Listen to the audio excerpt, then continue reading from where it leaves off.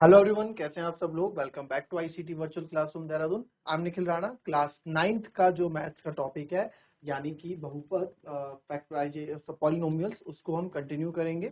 And आज और कल इसके एक और 2 दिन और हम कल इस चैप्टर को फिनिश कर देंगे। तो चलिए अपनी क्लास शुरू करते हैं। शुरू करने से पहले हमेशा के साथ थॉट ऑफ द डे लेके चलते हैं। तो आज का थॉट ऑफ द डे है बच्चों, there is no elevator to success, you have to take the stairs. जी हाँ, यानी कि एलिवेटर मींस लिफ्ट। कोई भी सक्सेस पाने के लिए कोई भी शॉर्टकट तरीका नहीं है, ठीक है। There is no elevator, you have to take the stairs. आपको सीढ़ी दर सीढ़ी यानी कि स्टेप बाय स्टेप आपको चीजें करनी पड़ती है टू अचीव योर सक्सेस। ऐसा नहीं है कि आपको एकदम ही आपको सब चीजें जो आप सोच रहे हो, जो आपने सोचा आपको मिल जाएगा। किसी ने सोचा इंजीनियर, कोई डॉक्टर, कोई ऑफिसर बनना चाहे तो एकदम आपके सोचने से नहीं चीजें पूरी हो जाती हैं। उसके लिए आपको मेहनत करनी पड़ती है, ठीक है। एंड मेहनत से मेरा मतलब ये नहीं होता, मेहनत से हमारा मतलब ये नहीं होता कि बस जुट जाओ, बस एक प्रॉपर तरीके से। मेहनत का मतलब ये नहीं कि लोग सोचते हैं बस मेहनत ही करती रहनी है, खेलने का टाइम नहीं है, अपने लिए टाइम नहीं, ऐसा नहीं है। सबका टाइम होता है, बट हाँ एक रेगुलरिटी हमें बना के रखनी पड़ती है कि बस किताबों के साथ हम किताबें रोज खोलें और रोज कुछ ना कुछ उसमें से हमेशा रिवाइज करते रहें, पढ़ते रहें। तो चलिए, कल में फैक्टराइजेशन के बहुत सारे तरीके थे, सारे फैक्टराइजेशन के प्रॉपर मैंने आपको सारे बता दिए। हर एक तरह का फैक्टराइजेशन, हर एक तरह का गुणनखंड क्वेश्चन एग्जाम में पूछने को आ सकता है, और किस तरीके का आपको कौन सा फॉर्मूला कब कहाँ यूज करना है वो हमने कल डिस्कस किया था। नाउ अब एक प्रॉपर्टी और यहाँ पे हमें देखने को मिलती है, पहले उसको लिखेंगे। A cube plus B cube plus C cube minus 3ab, ठीक है। जब आपको इस तरह का कुछ दिखता है नंबर तो आप इसको एक्सपेंड करेंगे। A plus B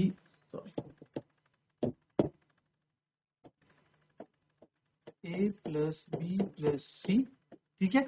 A cube plus B cube, A plus B plus C, then A square जाएगा A square plus B square plus C square minus A B minus B C minus C, ठीक है। इस तरीके से आपकी चीजें यहाँ पे पूरी होंगी।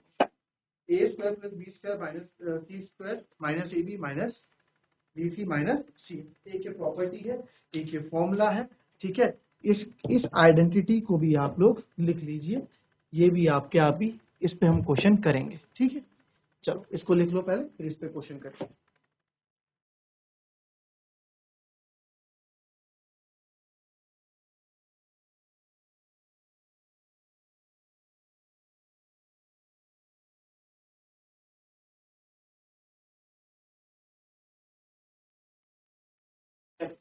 अब ये लिख लिया, इसी पे क्वेश्चन आपको यहाँ पे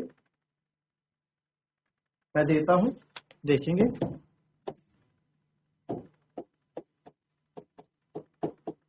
क्वेश्चन है, फैक्टराइज करें। गुणनखंड हमें करना है, फैक्टराइज हमें करना है। तो फैक्टराइज हमें इस तरह से करना है कि 27x cube plus Y cube plus Z cube minus 9xyz, ठीक है। 27x cube plus Y cube plus Z cube minus 9xyz, ठीक है। तो इस पे हमें चीजें करनी। तो अब ये क्वेश्चन आपको दिया है। अब अभी तक हमने क्वेश्चन जो फैक्टराइजेशन के किए वह हम पहचानते थे, है ना। पहचान पहले लाते थे कि भाई कौन सा फॉर्मूला इसमें लग रहा है other than middle term split. अगर क्वेश्चन कुछ ऐसा है 3x square plus 5x plus 3, ठीक है। तो ये यहाँ पे कितने पद आपको दिख रहे हैं, यहाँ पे आपको 3 पद दिख रहे हैं। तो यहाँ पे मध्य कर्म, जो मध्य पद को हम स्प्लिट करते थे, मिडल टर्म को स्प्लिट करते थे, वाला फॉर्मूला यहाँ पे इजिली हम यूज करते थे और फैक्टराइजेशन गुणनखंड कर देते थे। बट 3 से ज्यादा पद जब जहां आ जाते हैं, 3 से ज्यादा टर्म्स जहां आ जाती हैं, वहां पे हम ढूंढते हैं कि कौन से फॉर्मूले को ये कॉपी कर रहा है, कौन से फॉर्मूले की तरह ये दिख रहा है, वो हम सोचते हैं। अब हमने देखा यहाँ पे, अब हमारी यहाँ पे नजर पड़ी कि यार ये तो A cube plus B cube plus C cube minus 3abc कुछ इस चीज को ये फॉलो कर रहा है। तो हम यहाँ लिख देंगे, यानी कि आपने देखा कि यार A cube plus B cube plus C cube minus 3abc को ये फॉलो कर रहा है।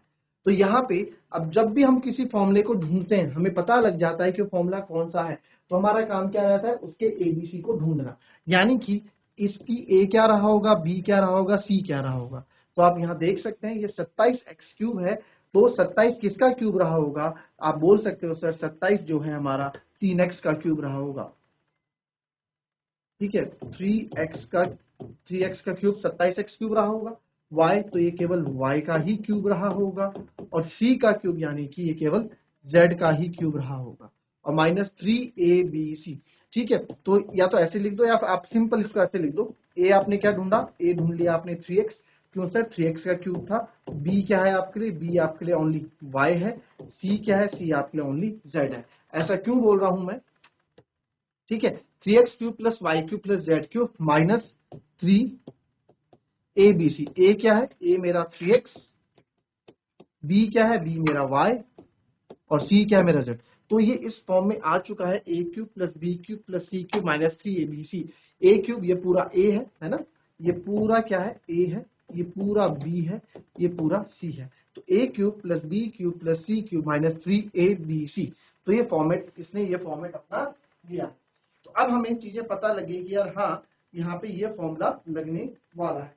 तो हमें पता है जब ये फॉर्मूला हमें मिल गया, ठीक है, तो हमें मिल गया, आप यहाँ फिर लिखोगे कि हमें सर फॉर्मूला पता है a³ plus b³ plus c³ minus 3a minus 3abc। जब इस तरह की चीज आती है तो इसका फॉर्मूला होता है a plus B plus C. ठीक है, इजी है याद करने के लिए, लंबा जरूर है बट इजी है। ए स्क्वायर प्लस बी, पहले ए प्लस बी सी, फिर इन तीनों का स्क्वायर, फिर minus A B minus B C minus C. बस अब आपको तो यहाँ पे, अच्छा अगर आपको a³ प्लस b³ या तो ऐसे लिख लो, अगर आपको नहीं समझ में आता तो a अलग से लिख लो। a कितना है आपका 3x, a आपने 3x निकाला, b आपने y निकाला, c आपने z निकाला, जो आपको इजी लगे आप उससे कर सकते हो।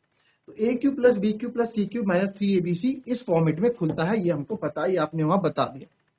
ठीक है, क्वेश्चन में फॉर्मूला लिख दोगे जिससे एग्जामिनर को भी कोई दिक्कत नहीं आएगी। तो ये आपने कर दिया। बस आपको क्या करना है, अब हमें बस इसमें कॉपी पेस्ट कर देना है। कॉपी पेस्ट का मतलब a की जगह a की वैल्यू रख लो, b की जगह b की, यानी कि आपको जब ये फॉर्मेट मिल जाता है, ठीक है, तो आपको इसकी वैल्यू देनी होती है। तो वैल्यू रखें और आप अपना आंसर पाए। ठीक है, तो आपको पता है a³ प्लस b³ जब भी ये इस फॉर्मेट में सर आपको दिखेगा तो हम इसको लिख देंगे। तो therefore a plus b plus c, तो a क्या है 3x, b क्या है y, c क्या है z, फिर a square plus B square यानी कि 3x का होल स्क्वायर। देखो a स्क्वायर बोला है, a स्क्वायर तो a का पूरे का स्क्वायर होगा। ठीक है, तो a का स्क्वायर यानी कि 3x का स्क्वायर, b का स्क्वायर यानी कि y का स्क्वायर, c स्क्वायर यानी कि पूरे z का स्क्वायर, फिर माइनस ए बी, a कितना है 3x और b कितना है y, minus B C, b कितना है y, c कितना है z, और फिर माइनस सी ए, c आपका z, a आपका 3x। ठीक है, बस इसको सॉल्व कर दो और आपका आंसर आ जाएगा। इसको मैं ऊपर लिख रहा हूं, तो ये तो एज इट इज आ गया 3x plus Y plus Z. अंदर सॉल्व करते हैं, 3x का स्क्वायर ये हो जाएगा बच्चों 9x का स्क्वायर, y का स्क्वायर y का स्क्वायर, z का स्क्वायर z का स्क्वायर, माइनस 3xy, फिर माइनस yz और minus 3xz, and this is your final answer. तो आपका आंसर आ जाता है। ये फैक्टर्स आपके, आपने फैक्टराइजेशन करके फैक्टर यहाँ पे निकाल दिए। तो इस तरीके से आपको एक क्वेश्चन करना है। कोई बात नहीं, दूसरे क्वेश्चन और क्लियरिटी आ जाएगी आपको। बस हमें क्या करना है, जब भी हमें गुणनखंड को निकालना होता है, हमने देखा 1³ 2³ 3³ या 3³ तो एक ही फॉर्मूले में आते हैं, इस फॉर्मूले में आते हैं। तो इसको हमने ये फॉर्मेट ऐसा बना दिया। बस उसके बाद आपको ये ढूंढना है ये किसका क्यूब है, ये किसका क्यूब है, ये किसका क्यूब है। वो आपने लिख दिया 27 3x का, y का क्यूब, z का क्यूब। उसके बाद जब आपने एबीसी ढूंढ लिया, उसको सीधे आप इसमें कॉपी कर दो, वैल्यूज फॉर्मूले के अंदर कॉपी पेस्ट कर दो and you will get your answer. ठीक है, कॉपी कर लेंगे इसको पहले।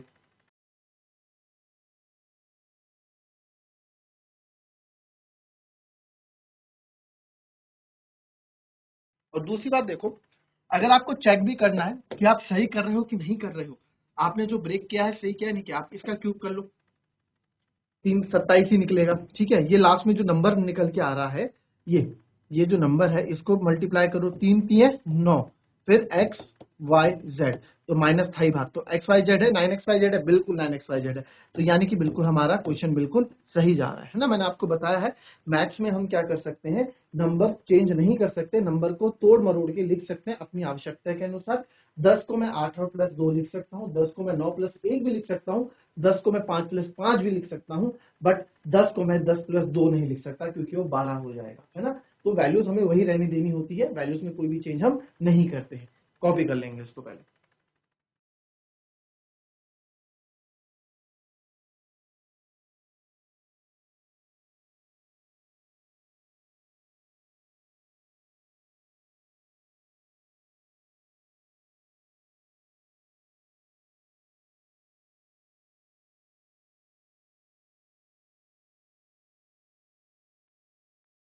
चलिए इसी फॉर्मूले पे एक क्वेश्चन और हम करते हैं, ठीक है। 125x³ plus 27y³ plus 8z³ minus 90xyz। कीजिए इस क्वेश्चन को।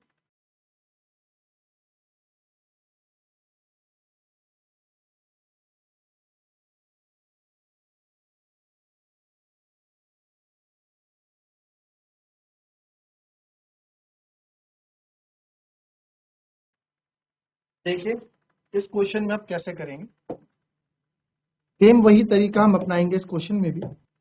125x³ plus 27y³ plus 8z³ minus 90xyz। जैसे ही आपने देखा कि यार 3 क्यूब आ गए और इसका फैक्टराइजेशन गुणनखंड करना है, तो आपको सीधे फॉर्मूला याद आ जाना चाहिए, a³ प्लस b³ आप यहाँ लिखेंगे ताकि आपसे गलती ना हो, -3abc। बताएंगे आपके हम ये आइडेंटिटी यूज कर रहे हैं, जो कि होता है a प्लस बी प्लस सी। पहले तीनों को प्लस कर दो, फिर इन तीनों का स्क्वायर कर दो, a² plus b² plus c², उसके बाद मल्टीप्लाई कर दो, -ab minus bc minus ca। पहले ab फिर bc फिर ca, है ना। इस तरीके से आप कर दो। तो अब यहाँ पे हमारे पास क्या सबसे बड़ी हमारे पास एक तरह से हमें करना होता है। अभी लिखना बाद में लेना, आप लिखने का पूरा वक्त दूंगा, पहले समझ लीजिए, ठीक है। तो हमको क्या यहाँ पे हमारा को सबसे बड़ा फोकस रहता है कि यार ये ए बी सी क्या होंगे, ये ए का क्यूब है, ये पूरे ए यानी कोई संख्या होगी ए, उस पूरे का क्यूब है, ये पूरे का क्यूब है ये। तो पूरे का क्यूब है तो यहाँ ए बी सी क्या रहा होगा, हमारा सबसे बड़ा प्रश्न वो रहता है। तो सर ए मेरा 125 क्या रहा होगा सर, 5 का क्यूब जब आप करोगे 5 इंटू 5 इंटू 5 तो आपको 125 मिलता है। तो सर अगर आप इसको 5x और x का क्यूब तो x 5x लिखो, 5x का क्यूब करोगे तो 125 आएगा, ए मुझे मिल गया। वैसे ही मैं इसमें ढूंढूंगा बी क्या रहा होगा, बी 27, 27 किसका रहता है, 27 3 का क्यूब रहता है तो 3y। वैसे ही 8, 8 किसका रहा होगा, 8 2 का क्यूब रहता है तो 2z, क्योंकि z का क्यूब z, y का क्यूब y। तो मेरे को एबीसी, हमारी सबसे बड़ी प्राथमिकता, सबसे बड़ी प्रायोरिटी क्या रहती है, एबीसी निकालना। जब कभी भी हम गुणनखंड किसी सूत्र के अकॉर्डिंग करते हैं, चाहे कोई सा भी सूत्र लग रहा हो, चाहे ए प्लस बी का कोष्टक होल क्यूब लग रहा हो, वहां भी आप ए और बी ढूंढते हैं। जहां भी आप फॉर्मूला करते हो वहां आपका सबसे पहला काम हमारा रहता है उस ए और बी की वैल्यू को ढूंढना। तो यहाँ ए और बी की वैल्यू हमने ढूंढ ली, ए की 5x, क्योंकि सर इस 5x का जब 5x का सर जब क्यूब किया होगा तो 5 पंजे 125x³ तभी ये 125x³ आया होगा। सर वैसे ही जब इस 3y का क्यूब किया होगा, यहाँ पे 3y क्यूब रखा होगा, तभी ये 27y³ आएगा। 3 3 9 3 27, आप करके देख लो, ठीक है। ऐसे ही हमें ढूंढना पड़ता है। तो बस अब हम यहाँ a क्यूब यानी कि सर ये 5x का क्यूब है, b क्यूब सर ये 3y का क्यूब है, c क्यूब सर ये 2z का क्यूब है, और माइनस 3abc, a की जगह रख दो आपने क्या बताया 5x, b क्या था, b था सर 3y, और c क्या था, c था सर 2z। तो सर जब कभी भी इस फॉर्मेट में चीज आती है, ये आपने फॉर्मूला लिख दिया यहाँ पे, तो सर जब कभी भी इस फॉर्मेट में चीज आती है तो उसे हम ऐसे ओपन कर देते हैं। तो इसको ओपन कर देंगे a प्लस बी प्लस सी, और आपको घबराने की बात बिल्कुल नहीं है, एबीसी आपने निकाले में है, a प्लस बी प्लस सी यानी कि 5x plus 3y plus 2z। तो आप यहाँ लिख देंगे 5x plus 3y plus 2z bracket close, फिर आपने a square plus b square plus c square a square, तो सर a भी आपने निकाला है अभी a स्क्वायर, तो a स्क्वायर यानी कि सर 5x का स्क्वायर, b स्क्वायर यानी सर 3y का स्क्वायर, c स्क्वायर यानी कि सर 2z का स्क्वायर, ठीक है। फिर minus A B minus B C minus A, minus A B यानी कि minus A 5x b 3y minus A B, फिर माइनस बी सी, यहाँ लिख देता हूँ माइनस बी सी, बी क्या है 3y, सी क्या है 2z, फिर माइनस सी ए, माइनस सी क्या है 2z, ए क्या है 5x और ब्रैकेट क्लोज।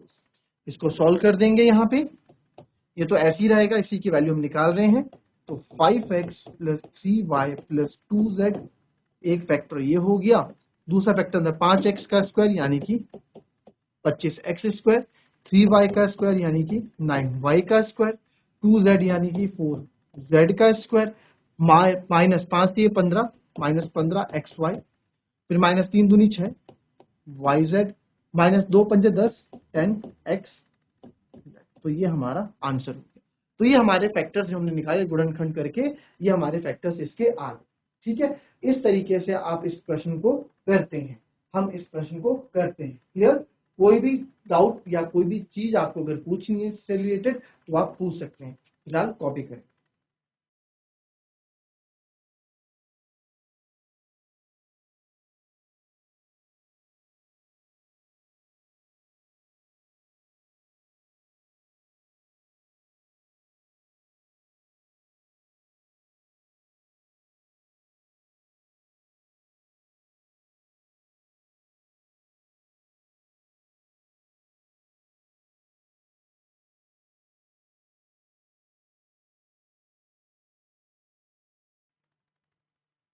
चलिए अब आपको क्वेश्चन देते हैं। नेक्स्ट क्वेश्चन करने से पहले आपको दो क्वेश्चन मैं यहाँ देता हूँ, ठीक है।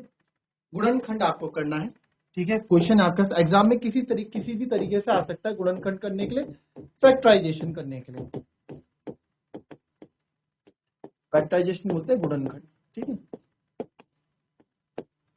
तो गुणनखंड करने के लिए क्वेश्चन जैसा आपके पास आ गया, पहला है 9x square plus 25x plus 15x plus 25, ठीक है। पहला क्वेश्चन तो ये हो गया। फिर अगर एक क्वेश्चन और मैं आपको यहाँ दूं, दूसरा गुणनखंड का क्वेश्चन है 8x का क्यूब प्लस 27y का क्यूब प्लस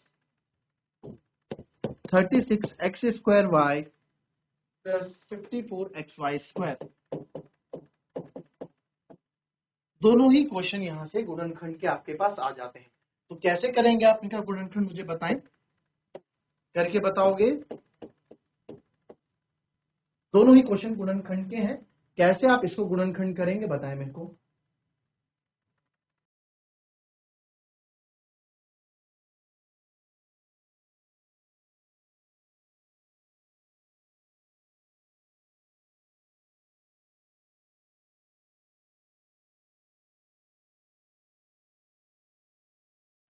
चलिए कर रहे हैं आप, कोई आंसर देगा मुझे कोई?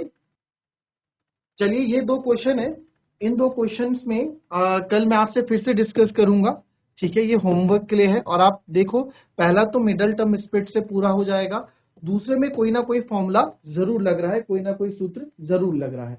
तो यहाँ पे आपको सूत्र ढूंढना है, कौन सा सूत्र लग रहा है उस पर आपको बेस करना है। कल जीआईसी अटल आपसे इस बारे में बात करेंगे, ठीक है। कोशिश करेंगे आप लोग इस क्वेश्चन को करने की, एंड जैसे गौरी खाती। तो दैट्स ऑल फॉर टुडे, मिलते हैं आपसे कल की नेक्स्ट क्लास में, तब तक के लिए be happy, be healthy and be safe. Thank you and have a nice day.